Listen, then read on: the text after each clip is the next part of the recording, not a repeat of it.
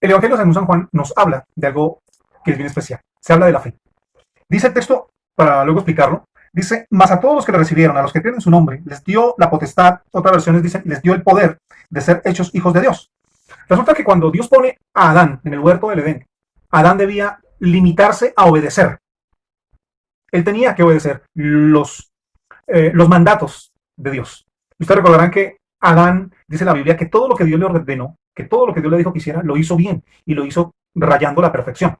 Pero una vez Adán desobedece, aparece un concepto todavía más nuevo que el pecado, y es el concepto de la fe. Mas a todos los que le recibieron, a los que creen en su nombre, creer, hablamos de la fe, un concepto que para nosotros es nuevo, y dice la Biblia que el justo por su fe vivirá. Pero bien, quiero hablar acerca de la posición de ser hijos. Adán era hijo de Dios. Ustedes notarán que en Génesis se habla de una relación muy cercana de Dios con el hombre y del hombre con Dios. El hombre hablaba, Dios respondía. Dios hablaba, el hombre respondía. Dios mandaba, el hombre obedecía. Era una relación muy especial, muy bonita, pero que por el pecado esa relación se rompe. A partir de ese momento entra el mundo y utiliza una palabra que espero venga como anillo al dedo, un proceso de oscurantismo en la humanidad. Dice la Biblia que Dios expulsa al hombre junto con su esposa del huerto, pone a dos ángeles a la entrada del huerto para que el hombre no quisiese, si en algún momento se ve en la necesidad de entrar al huerto, ya no lo pudieran hacer. El hombre queda completamente solo. Se habla de una huerfandad de Dios, de Padre. Se habla de una lejanía completa con Dios. Y más adelante sus hijos, los hijos de Adán y de Eva, intentan nuevamente restablecer esa comunión perdida. Pero mientras eso ocurre, el hombre queda completamente huérfano. Esa palabra huérfano la utilizo porque es entendible lo que es una persona crecer y no saber quién es su padre, no saber quién es su familia. Pues así queda la raza humana una vez el pecado impera en toda la raza humana. Ustedes recordarán que hasta una tercera generación de la familia de Adán se vuelve nuevamente a hablar de Dios a través de su hijo Set. La Biblia dice que este chico, y a través de él, se vuelve a hablar en la tierra de Dios. Hasta una tercera generación. Recuerden que la Biblia dice que la paga del pecado es muerte. Vale la aclaración decir que Set significa propenso a la muerte. Adán pecó, o Eva peca. Adán transgrede la ley, que es lo que dice el libro de Hebreos, que Adán no pecó, la que peca fue Eva. Adán transgrede la ley. Su hijo Caín mata, mire, ya va dos generaciones, o una generación, mata a su hermano, y el tercer hijo de Adán, paradójicamente, su nombre significa propenso a la muerte. Está hablando de que ya la raza humana queda sumergida o queda permeada por el pecado, y lo que el pecado transgrede es la muerte. Bien, era necesario entender, o es necesario entender, que a través de Jesús y de su muerte en la cruz, a nosotros nos es dada vida eterna.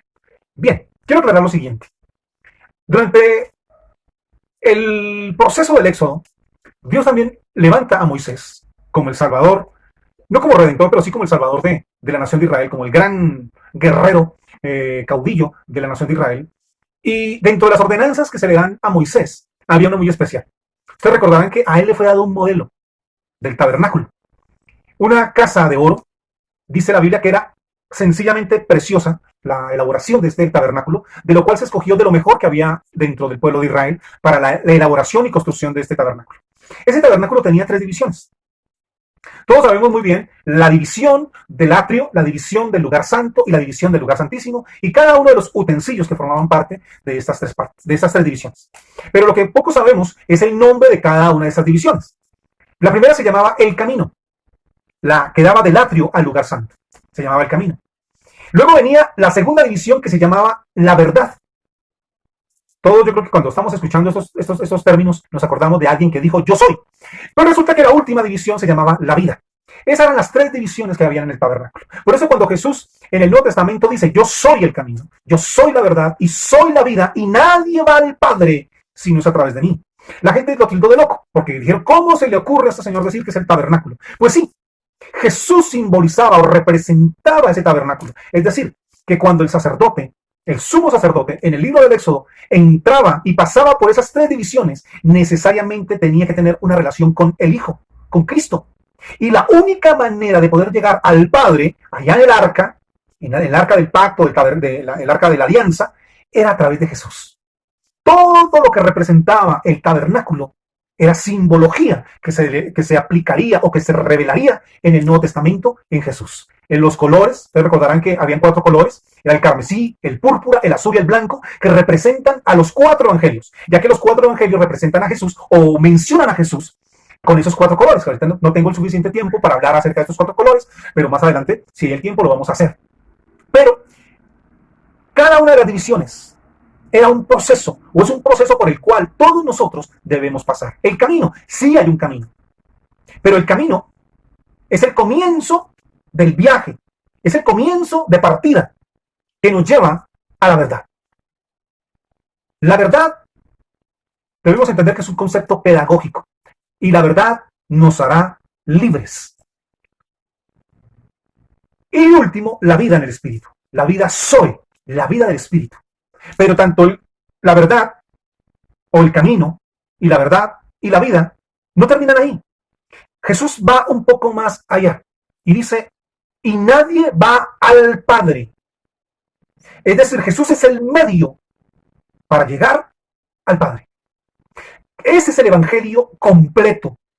Cristo haciéndose hombre, muriendo en una cruz para reconectarnos con el Padre.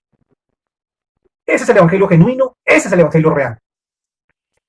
Ni es más el Espíritu, ni es más el Hijo, ni es más el Padre. Los tres son uno trabajando para que el hombre se reconecte con su Creador, con el Padre. Por eso les decía que ya nosotros no somos huérfanos ni advenedizos. El apóstol Pablo lo dice de esa manera, sino que a nosotros nos ha sido dado el Espíritu con el cual clamamos Abba Padre. La palabra Abba Padre significa Padre mío, mi papá. Tú y yo tenemos un Padre. Yo no sé cómo fue la relación con tu Padre terrenal, pero te quiero decir que Dios te da la oportunidad a través de Jesús de reconectarte con Él y conocer en Dios a un verdadero Padre. Amoroso, tierno, compasivo, misericordioso, eterno. Que a diferencia de lo que nos han dicho durante muchos años y nos han metido una imagen de Jehová, el Dios verdadero, con una imagen de Zeus, un Dios que cuando alguien se equivoca automáticamente lo maldicen. No, el Dios de la Biblia es completamente diferente, un Dios eternamente misericordioso, grande en misericordia. Si nuestro pecado es grande, déjame decirte que la misericordia de Él es mucho más grande que nuestro pecado. Si nuestra injusticia es como un trapo de inmundicia, la justicia de Él es mucho más grande que nuestra injusticia. Por eso, cuando hablo de que se nos da la oportunidad de ser hijos, precisamente el evangelista, el salmista, hace una aclaración tan especial del Génesis, cuando en el Salmo 8 habla de qué es el hombre, de lo que Dios le entrega en el huerto del Edén, y que el hombre de alguna manera traiciona el corazón de Dios. Porque el pecado de Adán no es rebelión, el pecado de Adán es traición. Adán traicionó a Dios. Dios le entrega la creación, le entrega en las manos de él para que gobernara, sojuzgara todo lo que Dios había creado, y de un momento a otro, Adán traiciona la buena voluntad de Dios y transgrede la ley. Come de lo que Dios le dijo, no comerás. Lo termina haciendo y le termina entregando a Satanás toda la autoridad y todo el poder que Dios le había entregado en sus manos en el huerto del Edén. Eso lo puedes ratificar en el Salmo 8, cuando David escribe acerca de lo que era el hombre. Dice, lo hiciste un poco menor que los ángeles. Vale la aclaración de decir que la versión de la Septuaginta no dice ángeles, dice Elohim.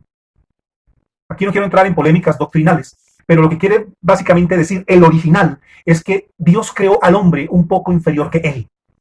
Por encima de Dios no hay nada, entendámoslo muy bien, tengámoslo claro. Pero tenía la misma autoridad. Si Dios es la máxima autoridad, le delega al hombre autoridad aquí en la tierra. Desafortunadamente el hombre traiciona ese propósito de Dios y le entrega la autoridad a Satanás. Eso usted lo puede ver rápidamente en el Evangelio según San Mateo, cuando en la tentación Satanás le dice a Jesús, a mí me ha sido dada esa autoridad de todas las naciones. Y lo tremendo es que Jesús no lo desmiente. Jesús reconoce, Satanás está diciendo una verdad. ¿En dónde le fue entregada a Satanás esa autoridad? Pues en el huerto del Edén, que es prácticamente lo que viene a hacer Jesús. Porque el escritor de Hebreos dice, por un hombre el pecado entra en el mundo, por otro hombre, Jesús, el pecado es sacado, retirado, absorbido del mundo. Por eso la Biblia enseña que usted y yo ya no tenemos una naturaleza pecaminosa, ya el pecado nos enseñorea de nosotros.